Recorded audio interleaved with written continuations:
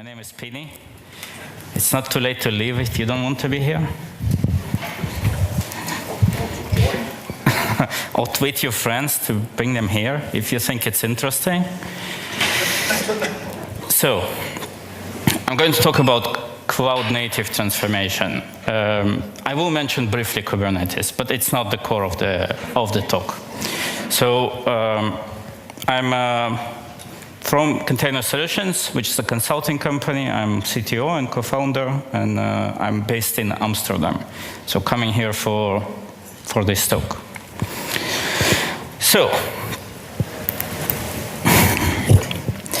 this is a fairly famous picture.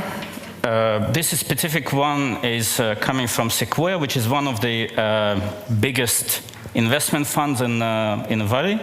And I've been doing this kind of stories about 4 years ago already. So this is a common pattern that is, I can laser both, but I'll just avoid doing that. But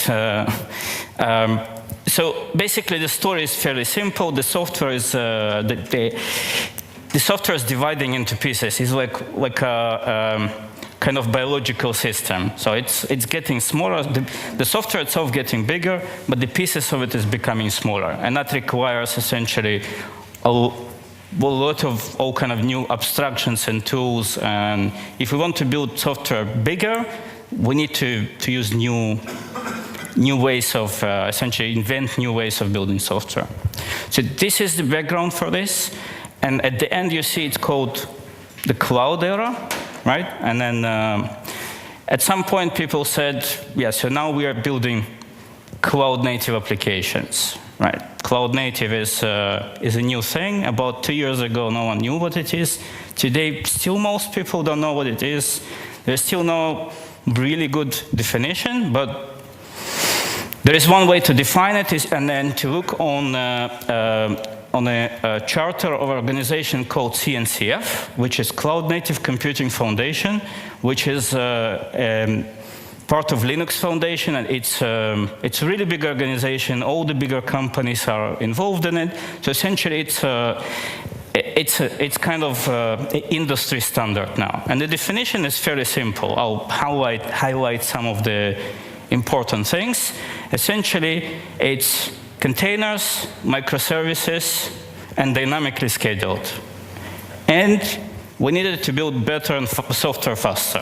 That's about it. So you can argue with this definition of cloud native, but you know, it's as good as any other. So containers, microservices, and dynamically scheduled. That's about it. So containers, I just don't want to go there. I guess who doesn't know containers, what they are and why they are good? Anyone? Yeah. So microservices. This is microservices conference, so you, I guess, supposed to know. Who doesn't know why microservices are important or good or anything? Who doesn't know what microservices are? Excellent. But generally, the idea of microservices is exactly to represent this kind of direction that when the software is getting bigger, but each piece is getting smaller. So, and this is represented in pieces of software. So we are now building microservices that are small, 2 pizza teams, and all kind of other stories that you hear from other speakers.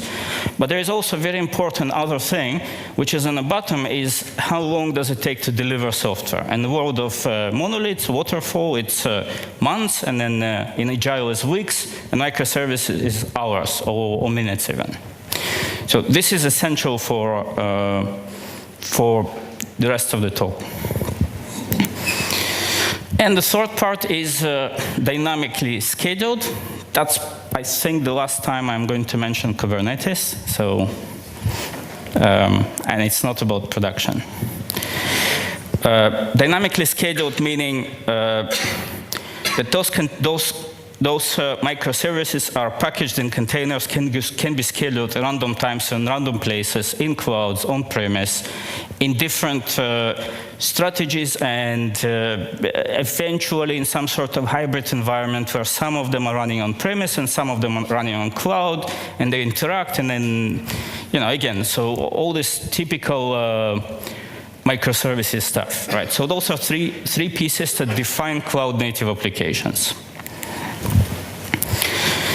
And essentially, the reason for this transition is, again, so so this quote says that the most adaptable survives and not the strongest. So essentially today the speed of change is more important than the size of the application or size of the company that's building application. We see it all the time that small startups are winning on the market, and the bigger companies, they are not really losing, they're just buying those small startups, but they're not capable to build those modern applications.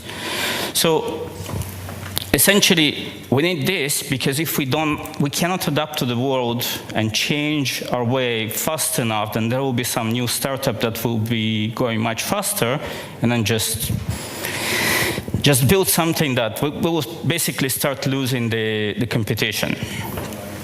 So we are a consulting company, so we are going to all kind of companies and large, small, medium, different industries, and we see all kind of things. But most of the industry today represents the ways of building software pre-cloud native, so something like Agile style. So we have this kind of, we always start with very short discovery. We try to understand what companies are doing. And again, since we do it quite frequently and in different countries and in different companies, so we have very good understanding what's going on today. And there are a couple of things that are very, very obvious. So the first, one of the exercises we're doing during these discovery sessions is value stream up. So essentially, how long does it take to take a piece of software? This is actually not, this is just generally the description of value stream up, but there are some of real-life examples from the client workshops. There are more of them. And the story here is fairly simple. This is basically saying how long will it take to take a piece of software from developer to production. And you will see that this is about 2 weeks. So it's between 2-4, something between, let's say, optimistically 1 week and pessimistically 1 month. Those are the companies that are actually doing Agile. They are very proud that they are Agile, and they are doing Scrum and all the standard things. And those are the companies that are already doing microservices. And they're already trying to do microservices, but not succeeding really. Because what they're doing, and again, this is company after company after company, all of them, the release cycle is about 2 weeks. And the second thing, so this is basically the summary of this. So there's a development cycle of 2 weeks, which is a typical Scrum iteration or Agile iteration of 2 weeks. Then there's some sort of handover to testing operations. And in some cases, this is longer. In some cases, it's almost immediate. But still, the software is not going to the production once the commit is done. So actually, the release cycle does not represent microservices. The microservices desired release cycle of few hours. The second thing is, this is a typical organizational structure between development and operations, and the flow of the change from developers, again, once they submit the code, it needs to go from a developer, it goes through certain operational team that will do all kind of things either on development environment or production environment, but essentially they are sitting in the middle. So essentially this operational team is involved in setting up testing environments, involved in setting up production environments, and they're essentially a gatekeeper, but also they are slowing down the process. Every handover, every person involved in this process essentially creates those other weeks or days of delay of delivery of the software. So essentially, these things, what we see, they're just signs that these companies are not really doing microservices, because if they would, then the flow of changes to production would happen much faster. So how then, these are just examples of the discoveries that we are finding out in the companies. So how typical adoption of cloud native looks like in normal company. So it starts very simple. People come into conferences like this, or even better, KubeCon or DockerCon. There are famous people like Kelsey Hightower or Solomon Hykes. They're standing on the podium and they're saying how easy it is to use containers or Kubernetes. And it is, because they're like playing Tetris and Kubernetes on the stage live, and it's very cool, and it really seems easy. And then the people go home, and then they try a container, and it's still easy. Then they do a couple more containers in Docker Compose, and it's still fairly easy. And then at that point, they're like, okay, I'll go to manager to get approval. We are going for it. Now, of course, it doesn't work like that, right? So the complexity is exponential. So in the beginning, it seems very simple, but later it gets complicated, right? And of course, they're like, uh-oh. We did not think about that, and then that, and then that, and then that, and then apparently it's quite complicated.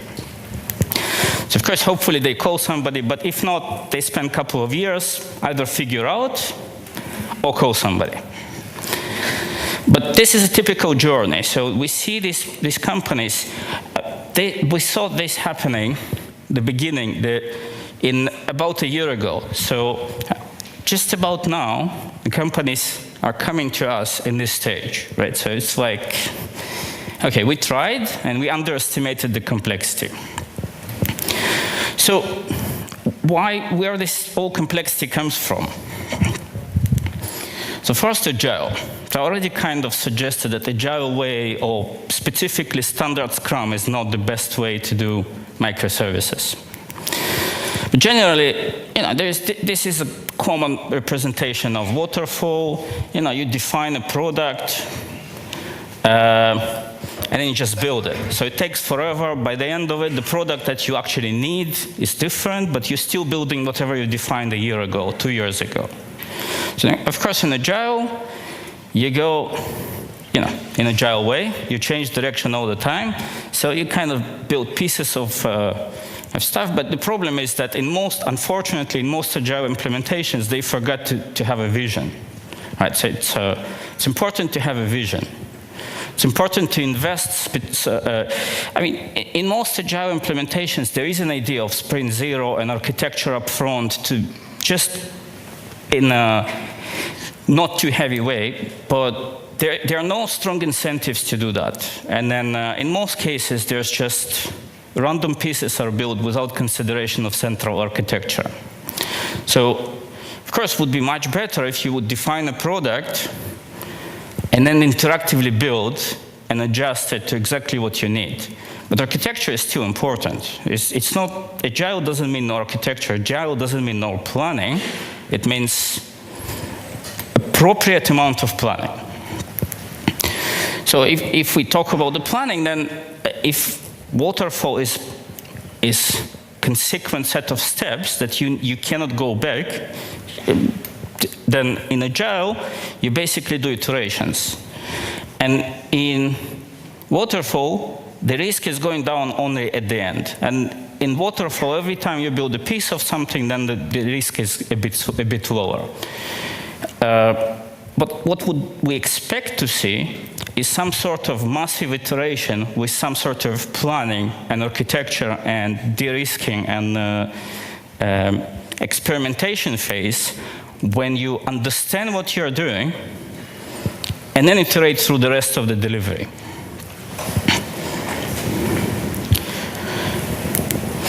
So second, DevOps. DevOps is also very it's a charged word. It's many people define DevOps in different ways. The original DevOps creators intentionally avoided defining the same. So, yeah, I guess the most common definition of DevOps is something like developers and operations sit in the same room and work together on the same tasks.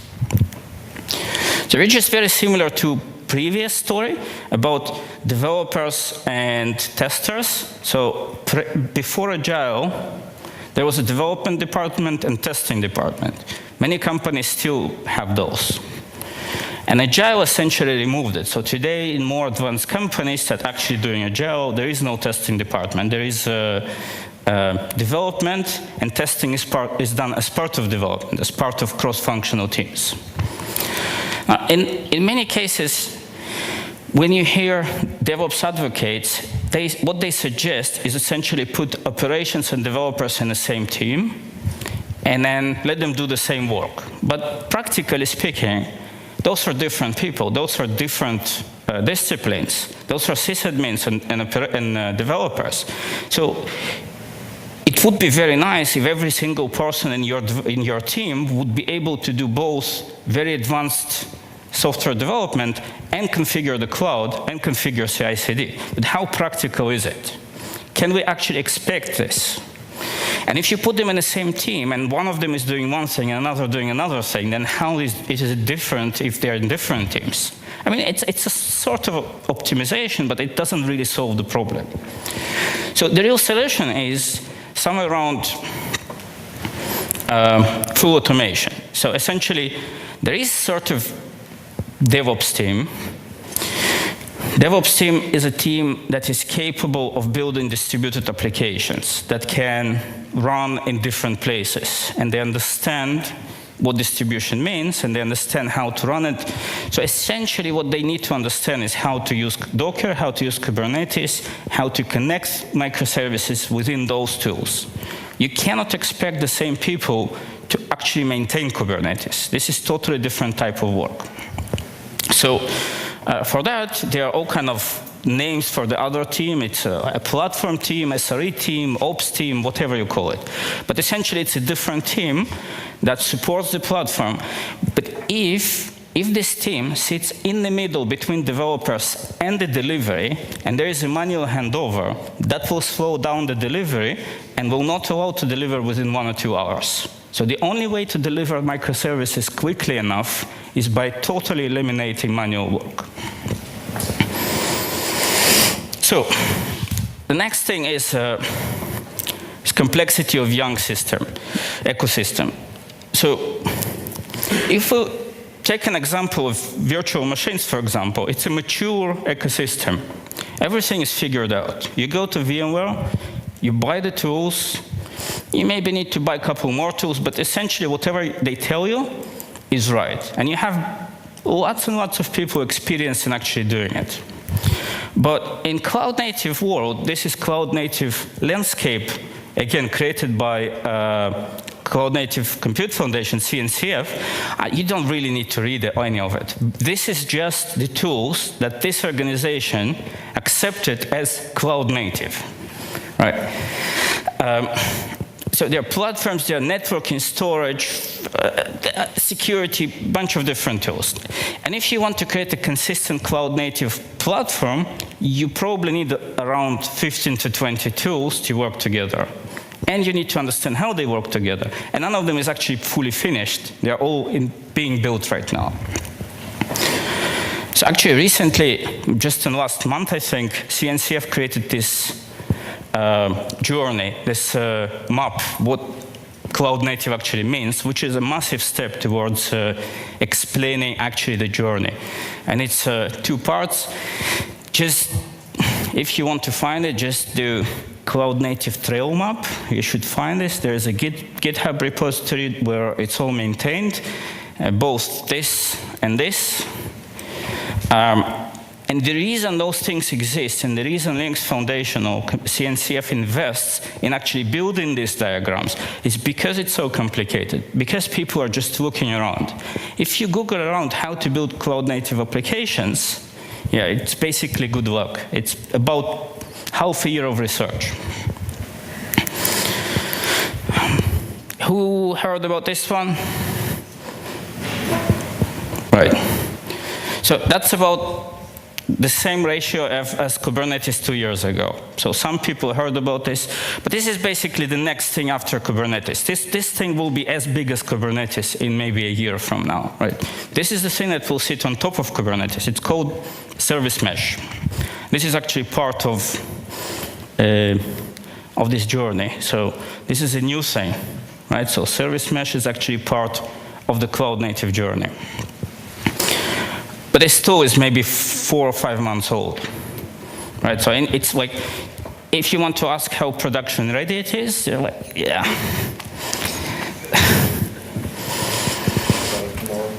Yeah.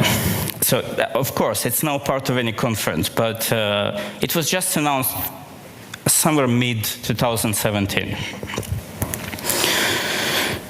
So, the next thing is automation, and specifically CI/CD. So, what we do, essentially for us, it's very obvious. If you don't do CI/CD, there is no microservices, because you cannot manually deliver so many different things. But it's important to understand, and this is a very good quote, it's very weird language. I'll try to rephrase it. Essentially, if you automate bad things, or if you automate good things, you can build them faster. You automate bad things, you still can build them faster, but they don't get better. So automation doesn't solve a problem. Automation only speeds up the process. So if the product is wrong, if the processes are wrong, if what you are doing is not what you actually need, what your business needs, then automation actually makes it, you actually speeding up delivery of crap, right? Which is not very useful. So automation is not a solution for any problem, but it's essential, especially when you are moving into microservices, because there's so many different things happening. If you have, let's say, in the past you had one monolithic application you would deliver every month, and it would take you 2 weeks to deliver it, and you struggle a weekend over, like staying over a weekend to deliver it. Now we have 45 components, and each one is delivered every day. And there is no full automation. So when do you sleep, essentially? And the other thing is, I think this is kind of connects it all together, is, so one representation, those are same things. It's theory of constraints and holistic approach. So who doesn't know what theory of constraints is? Everyone. Okay, one. I'll explain you. The main idea is that if you have a production line where you create this amount, let's say you can create in this thing 5 units of something. And then you have a bottleneck that you can create 2 units. And here you can create again 5 units. So how much is the total throughput of the entire system? It's 2, right? It's quite obvious. So basically, if you build more things here, then you stockpile them in the beginning, and and then you starve the system at the end. So what's the point of increasing throughput of the system here or here? There is no point. It's actually worse than not doing it. It's actually waste. So when you go and say, I have a development department that is the fastest department in my company, and I'm going to spend all this time and money to do microservices to make them even better. So how does it work? How does it improve the throughput of the entire company? So, and it looks like that typically. So you have this development team. They do very cool things. And they've been doing monoliths and client-server applications, and they're very, again, they went to Microservices conference, and they're very happy about what they learned, and they want to do microservices. So they move from client-server to microservices. The problem is that there is more to it. There are all kinds of other things in the company. Right? There's architecture, there's operations, there's culture, there are development processes. You cannot really detach this microservices thing and just do that without, for example, introducing continuous delivery or introducing any sort of automatic orchestration or some sort of clouds. Right? It just needs to go together. So what you actually want is to be consistent, let's call it cloud native with a lack of names. And if your current situation is somewhere like this, the biggest problem that we see right now is that the company in a situation like this would say, let's move, let's say this to microservices and forget about everything else. Right. We'll continue working in Scrum. We'll continue delivering every second week. We will have no continuous integration or delivery, but we'll have microservices. This sounds great, but it's actually worse than not doing them. So what can we do then? So for us, the biggest challenge is reducing risk.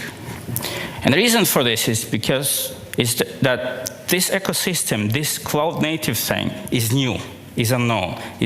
No one really figured out how to do it all together in a consistent way. It means that this is a risky endeavor. This is, again, comparing to virtual machines or Java or something like that. There are plenty of people who know actually how to do it well. They did it time after time, and it's like construction. It's like, I guess, building chairs or something. It's a consistent process. But when there is a new industry, there is a lot of uncertainty. Like all these tools, how they connect together, how to move from this to that. So first, again, one of the biggest mistakes is just jump all together. Let's use OpenShift or something. Let's do, and I'm not saying OpenShift is a bad tool. It's actually probably the best on the market today. But is it the right decision? Should you take this decision actually before you think about it? So we have this way of thinking about 3 different types of steps you can take every given moment. The simplest one is no regret moves, which is, let's say, 2 days experiment, a training, a small research. This is something that there is no significant cost to it, and there is definitely a benefit. Options and hedges is something that you will spend some time, but it's fine to throw it away. It's maybe a few weeks of work. So even if it's wrong, at least you learn something and you test some hypothesis. And then you take a big bet, which is kind of no return move. So an example of, let's say, a transition that may take, let's say, up to maybe 2 years. This is for an enterprise, this is quite common, let's say 1.5 to 2 years, moving from monoliths to microservices. This is typical time. And what you want to do is to take some no-regret moves, some small research, and then expand on it, and only then take a significant bet. Only then decide on the platform, decide how to do things. Because if you don't do that, then you can do that, and then regret. And then the cost of going backwards will be very significant. So this is very consistent with Agile approach, right? In Agile approach compared to Waterfall, we are also thought to experiment before we take significant steps. So this is typically when we work with clients, we have phases and plans and slowly expanding, but never taking massive decisions until we not certain, but fairly certain that it will work out. So there's this thing that every single time I hear it, it's like, what is vendor locking? So let's build our own tool so not to be vendor locked. And then you are your own vendor that you lock to it, and it's even worse. So there is no, vendor locking is a risk. Risk has cost. So what you want instead is some sort of exit strategy. So if, let's say, you commit into a single product, like for example to Kubernetes or Google Cloud, the right question is not if it's the right, if it's not an absolute answer to commit or not to commit. The real question is, what's the cost of moving to the next thing? Because let's say, to avoid commitment, you need to spend 5 million. But alternatively, you create a strategy to move to the next tool, and it will cost you only 1 million. So why would you not commit then? It's much easier, much simpler. There's no point to overinvest in lack of commitment if there is an easy move to the next tool or the next big commitment. So actually the exit strategy that is sustainable and cheap is more effective than lack of commitment to a vendor. The next thing is organizational flexibility, which is so essentially what you want is people that can solve problems. They know a bit of everything. Probably not all your people can be like that, but it's very effective to have people that can figure out things. And T-shaped people is sort of people who know a bit about everything and a lot about one thing or two. So that's why it's thin coverage of everything and deep understanding of one or two topics. And it can be expanded to kind of advanced pods of people. So these kind of teams are very effective, but they are only effective in emerging environments, not in consistent and stable environments. Actually, specialization is cheaper on larger scale in predictable world. So it's not about which one is better, it's about the trade-offs. If you are moving to unknown technology, microservices, serverless, containers, clouds, it's better to have people that will figure out how to solve problems, even though they are less effective on one specific cloud. And it's very important to invest in the future. So there is this book about Horizon, so a model from a book, and the main idea of this is that the Horizon 1 is the things that you are doing now, your current business, your current technology, your current infrastructure. And Horizon 2 is something you would do maybe next year or the year after. And Horizon 3 is remote future. And you need to spend time on all of them, because otherwise it will be too late. So for example, companies that spent time on learning Kubernetes 2 years ago, they didn't really need it. They didn't really need it for their current business, for Horizon 1, for the things they were doing now. They needed it for today, which is 2 years later. So the same thing today. If you are not spending time on the next technology and the next after next technology, then when they come, you will need to learn from scratch and you will be behind the competition. Unfortunately, many teams are only focusing on Horizon 1 and never spend any effort in Horizon 2 or 3 until they become Horizon 1. And then it means that there is a massive advantage to the competitors because they already know how to use it. And innovative culture, yeah, so that's easier said than done. Culture is a tricky thing. It's you need to live it. You need to think about every decision you take every day within the context of how it will affect people's behavior. So it needs to come from leadership, but then every person in a company is sort of a leader. So the behavior is the culture. There is no easy way to change the culture. Yeah, so this is just a thing, and I won't go into the ways to change culture. And so, any questions? Please get the mic, yes. Yeah, we hear you. So, questions? Don't see anything here. Yes, the first one is always difficult, yeah. Okay. Oh, there's one. Thanks a lot. I have to, because you're rubbish in service meshes, Pini, and I'm talking about service meshes tomorrow. I'm going to have to ask you about that one. You mentioned, I totally agree with you, service mesh is probably not ready for production yet, but you also mentioned that look to Horizon 2, probably where service meshes are. How, and I know it's a genuinely hard problem, but how do you advise clients on balancing that kind of Horizon 1, Horizon 2, what cool stuff to play with, that kind of thing? So what we see typically is is companies say, we're doing virtual machines, and now we're going to containers. It's like from nothing to everything. This is not very effective. So there needs to be a plan. And the plan is that you need to move from this to, for example, if you're using Kubernetes and you're doing microservices and it's all fairly okay, like let's do, so let's say 70–80% of your time you would invest into improving Kubernetes and the setup and the infrastructure. And then you would probably spend another 10–15% of the time on experimenting with tools like service mesh. So one of the ways is to have, like if you are in backlogs and Scrum and stuff, then just have separate backlogs for each one of the horizons. And then spend specific amount of effort on each one of them.